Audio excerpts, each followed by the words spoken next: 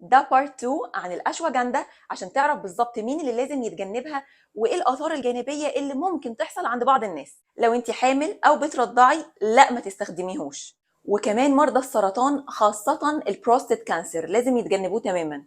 الناس اللي بتاخد علاج للتشنجات والمصابين باي امراض مناعيه، وكمان مرضى الكبد، وكمان المقبلين على اي عمليات جراحيه لازم يوقفوا الاشواجندا على الاقل اسبوعين قبل العمليه لان هي بتاثر على الجهاز العصبي.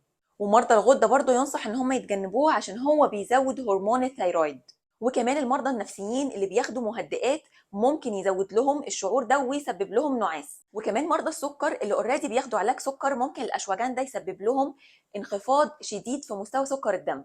وخد بالك كمان انه ممكن يتفاعل مع علاج ضغط الدم المرتفع. اما بقى عن الاثار الجانبيه اللي ممكن تحصل عند بعض الناس زي مثلا اسهال وعدم راحه في الجهاز الهضمي العلوي، وممكن كمان دوخه بسيطه وترجيع.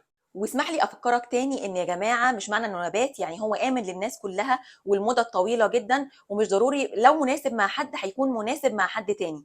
ببساطه لان هو بيأثر على هرمونز كتير زي الثايرويد هرمون، التستوستيرون، وكمان الكورتيزول هرمون. عشان كده لو حسيت باي اعراض غريبه جانبيه مش معتاده وقفه فورا. اكتب لي في الكومنتس بقى يا ريت لو اخدت الاشواجندا قبل كده وايه تجربتك معاه.